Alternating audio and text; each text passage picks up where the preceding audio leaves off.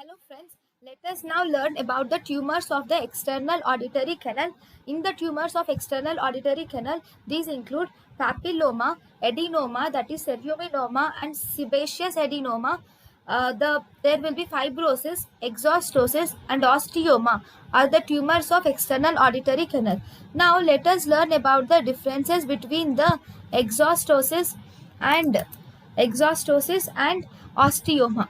So what is exostosis? Exostosis is a benign tumor of the external auditory canal.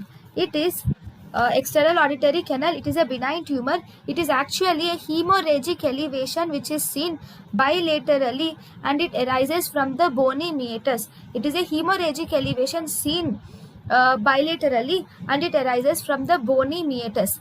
Whereas if you see osteoma, osteoma is rounded and it is a pedunculated structure and this is bilateral exostosis, whereas osteosis, it arises unilaterally and it arises mainly at the junction of bony and cartilaginous junction. So exostosis will occur mainly in the bony meatus, whereas osteoma occurs at the junction of the bony and cartilaginous meatus.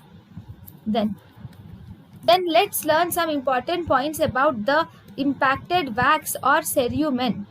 So, wax or cerumen is mainly secreted by ceruminous or sebaceous glands which are present in the cartilaginous part of the external auditory canal. They are mainly present in the cartilaginous part of external auditory canal. So, if there is impacted wax, so there will be a sense of blockade and itching in the ear and there will be decreased hearing is seen and the patient might experience tinnitus and vertigo also.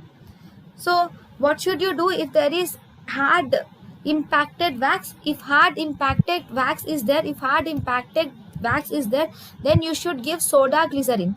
So if you give soda glycerin and you do syringing with sterile water, and if you do syringing with sterile water at body temperature, so this will soften the wax and thus the wax can be easily removed. But what are the complications of syringing? We said we do syringing, fine, but these syringing can lead to complications like it can cause vertigo, it can cause rupture of the tympanic membrane, so it can also reactivate the quiescent otitis media infection. So this is the complications of syringing. But what about the contraindications of syringing? The syringing also has contraindications like if there is any history of ear surgery or if there is any perforation of tympanic membrane or in acute inflammation or in grommet insertion, we should not do syringing. Syringing is contraindicated in history of ear surgery, in perforation of tympanic membrane and in accumulation of the grommet in acute inflammation and in grommet insertion. In these cases the syringing is contraindicated. Now after syringing and impacted wax, then the next important topic is about the hematoma. So what is hematoma? Hematoma is collection of blood. So where does it collect? So in the ear you have auricular cartilage and covering the auricular cartilage you will have perichondrium. So when the blood accumulates between the auricular cartilage and perichondrium, then we call it as hematoma. Hematoma is collection of blood between the auricular cartilage and perichondrium is called as hematoma. This is actually seen in blunt trauma injury and it is mainly seen in the boxers, wrestlers.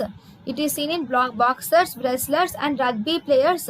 You will see this hematoma. So when there is any injury, this hematoma will organize itself and it will result in the formation of something called as cauliflower ear or pugilistic ear or boxer's ear. But if this hematoma, if infected, it will result in severe perichondritis. It will result in severe perichondritis. So what should you do for treating the hematoma? It is treated by aspiration of the hematoma can be done along with pressure dressing. Okay, all the cases of hematoma should receive prophylactic antibiotics. So this is about the hematoma. Then Then there is one more important term which is called as keratosis obturans. So what do you see in keratosis obturans?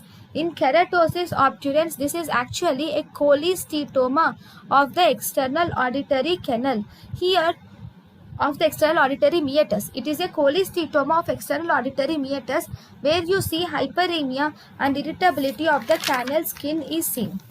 So this is about the external ear. Thank you.